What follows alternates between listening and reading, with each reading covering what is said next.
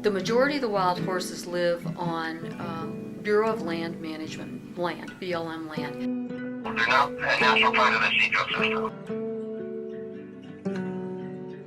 The science gets really lost, I think, in a lot of that emotion. The Mustangs really connect well with people. They really bond quickly.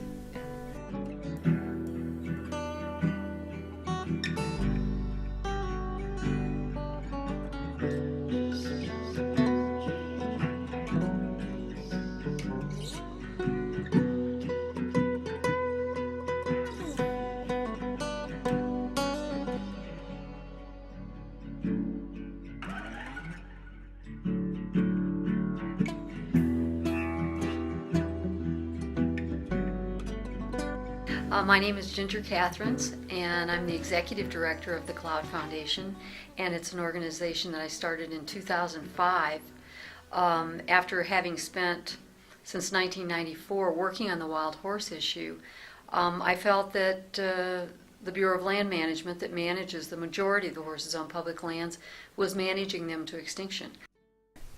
I'm Kathy Johnson. I'm Executive Director of Medicine Horse Program, and we are a mental health facility. We're a charity. We work with at-risk people and families, and we do therapy with them with horses. And we've been using the BLM Mustangs for the last almost 2 years now. My name is David Boyd, and I'm a public affairs specialist in northwestern Colorado. And as a public affairs specialist, I get involved in all the issues that are of importance to the public, and the wild horse issue certainly is one. So that's my familiarity with the program and with this particular herd management area.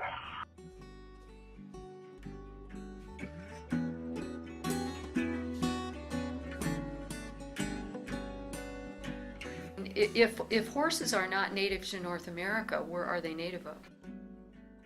There would be no horses in the world had we not had the native horse in North America go across the land bridge to Asia and beyond.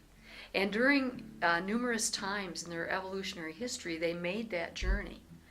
So because they died out in North America, had they never made that journey, we would never have the wonder of any horses. But what's happened is this has become a political issue, not a scientific, biological, evolutionary argument. This is a political argument that's been made by the Bureau of Land Management, who doesn't really care to manage the animals on public lands. They call them feral, they've called them exotic, they've called them pests, they've called for their destruction in the past. And they still are kind of preaching that same not native feral argument, which has no basis in science. The genetics, and it's not, because they've been out there maybe a couple hundred years, but most of these horses in Colorado probably not even that long, really. And so you're not talking about like a wild population that's been in an area for thousands and thousands of years.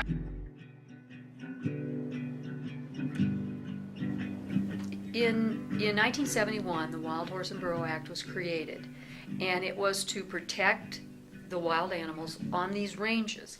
And they went out in the next 3 or 4 years, they identified 336 ranges where the horses lived.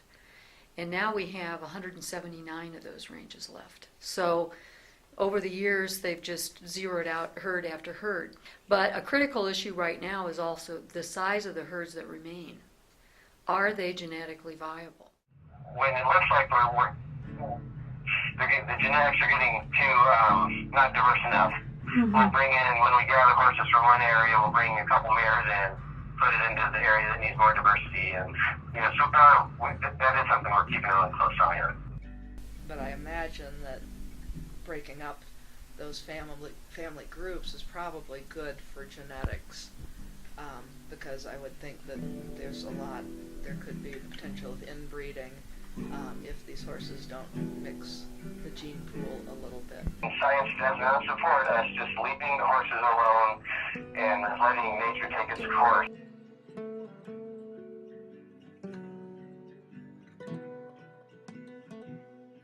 They look at them as either exotic, feral, and to be gotten rid of, or they're livestock. So you manage them like livestock. They don't at all appreciate that they're a wildlife species and how they fit into their ecosystem, how important they are in the natural system of public lands. The Wild Horse and Burro Act says this, that they are to be considered as a natural part of the natural world out there. That BLM, that kind of like, flying by. They look at them, and the public land permittee that runs their cattle out there, look at them as competition for livestock raising.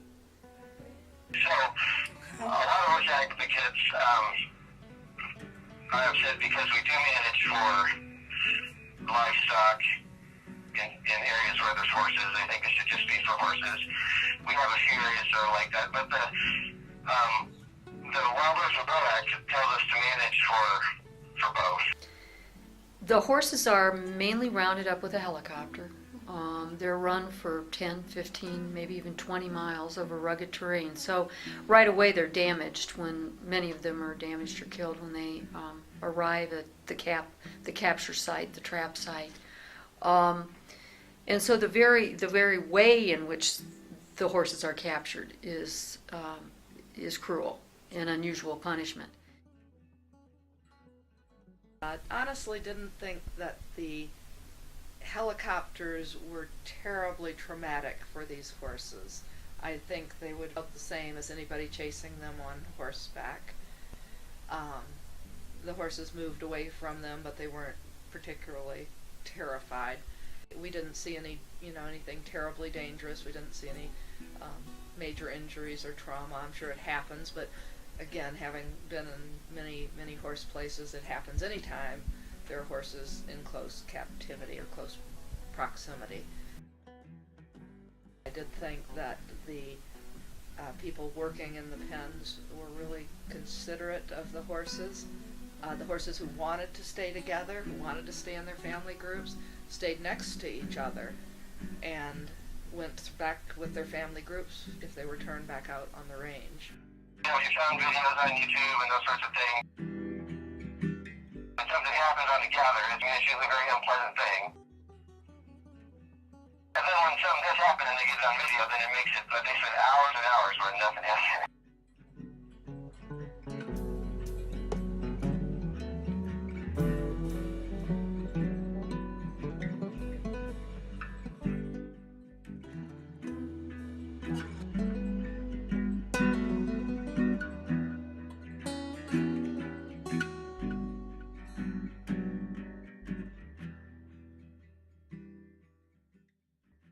I think the BLM does a good job with education. I think they're careful about who they adopt the horses out to. I mean, I'm not opposed to adoption. I'm just opposed to these excessive numbers of animals being removed and warehoused. I mean, the majority of wild horses that are removed from the wild never find an adoptive home. Well, what's happened is, the market's pretty saturated, the economy is bad, and there's a lot of horses on the range. And so, if we don't adopt them, for the most part, they're going to end up in they go out to the Midwest, which would be a beautiful place if you're a horse.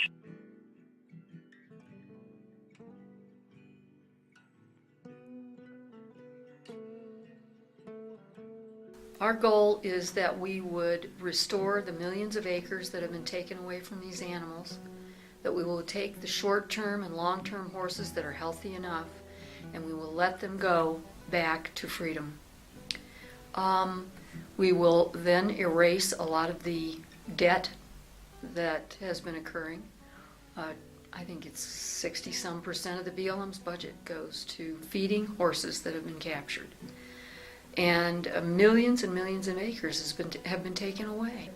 Our goal is to have the herds that remain be genetically viable, that they're big enough to survive into the future. I'd love to see us be able to take down the fences that have been built for cattle allotments, to shift cattle from one place to another, to make the horses free roaming again the way they were.